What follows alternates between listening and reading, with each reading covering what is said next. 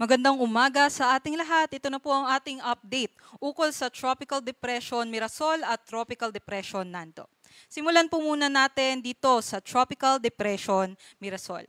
Kanina nga pong alas 6 ng umaga, nakalabas na po ng ating Philippine Area of Responsibility itong si Tropical Depression Mirasol at ngayon nga po ay nasa layong 395 kilometers sa kanluran ng Calayan, Cagayan. Ito pa rin ay nakakadala ng maulan at maulap na panahon dito sa may Ilocos Region, pati sa may Cordillera Administrative Region at Cagayan Valley. Dito rin po sa may Zambales at Bataan yung mga kaulapan nitong Tropical Depression Mirasol ay magdadala rin po ng makulimlim na panahon at kalat-kalat na mga pag-ulan kaya't posible pa rin yung mga flash floods at landslides sa mga nabanggit na lugar. Ito namang ating southwest monsoon o yung habagat ay may slight po na enhancement or bahagyang pinapalakas ng Mirasol kaya't makakaapekto pa rin ito dito sa may Southern Luzon area, particular na po sa may Mimaropa at dito rin po sa may Western Visayas. Sa atin nga pong pagtaya ay kikilos nga po itong si Mirasol sa pa-northwestward na motion at habang nandito po siya sa may Luzon Strait ay posible nga po mag-intensify pa bilang isang tropical storm category. Bukas nga po ay malayo na po ito sa ating kalupaan, kaya't mababawasan na din ang epekto nito sa ating southwest monsoon. Kaya't magkakaroon po tayo ng bahagyang improvement sa ating weather, lalong-lalo na po sa may northern Luzon at sa may central Luzon area. Ito naman po yung ating inaasahan dahil malayo na nga po ang Tropical Depression Mirasol sa ating mga kalupaan ay wala na po tayong nakataas na wind signal sa anumang lugar sa ating bansa.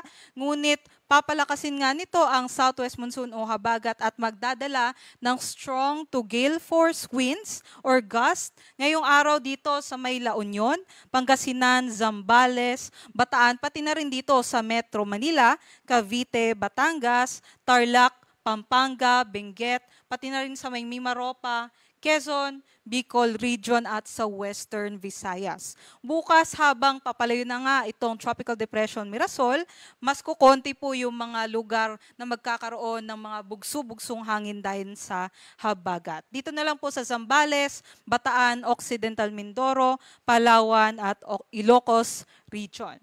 Sa Sabado naman, bahagyang mag-improve ang ating weather at kukonti na din yung maapektuhan ng strong to gale force gust dahil sa habagat. Dito na lang sa may Western Visayas, Negros Island Region, Romblon, pati na rin po sa may Masbate.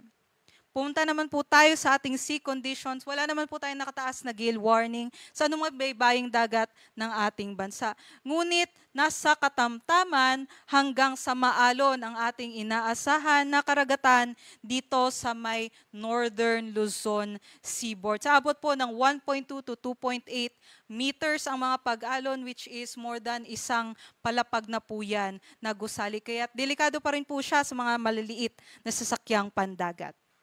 Punta naman po tayo dito kay Tropical Depression Nando. Kahapon nga po, kagabi, 8 p.m. ay nakapasok na ito ng ating Philippine Area of Responsibility at ngayon ay nasa layong 1,325 kilometers sa silangan naman ng Central Luzon. Ngayon meron pa rin po itong mga hangin na abot sa 55 kilometers per hour at bugso na abot sa 70 kilometers per hour. Sa ngayon, kumikilos po ito pa northwest at mahina po yung kanyang pagkilos. Kaya't habang nandito po siya sa may Philippine Sea, ay expect po natin na mas lalakas pa itong si Tropical Depression Nando.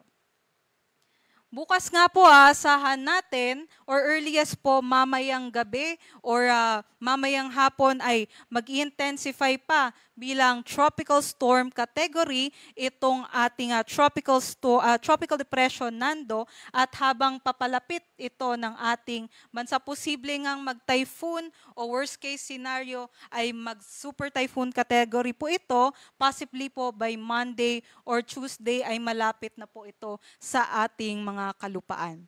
At hindi nga lamang ang mga winds ng Tropical Depression Nando ang kailangan nating pag-ingatan, kundi yung southwest monsoon din po natin ay sisimula ng hilahin ng Nando by Sabado po yan. Kaya't maaapekto ka na po by Sunday ito nasa western portions ng ating bansa. Kaya't asahan po natin yung mga malalakas na pag-ulan dahil naman po sa enhanced southwest monsoon. So by Monday, hanggang sa Tuesday, dito po sa may Ilocos Region, pababa hanggang dito sa may Central Luzon area, kasama na po ang Metro Manila, dito rin po sa may Calabarzon, sa may Mimaropa, at sa may western at kabuuan actually ng Visayas no ay maaapekto ka na din ng southwest monsoon at nitong si Tropical Depression Nando. Kaya't magantabay po tayo sa mga updates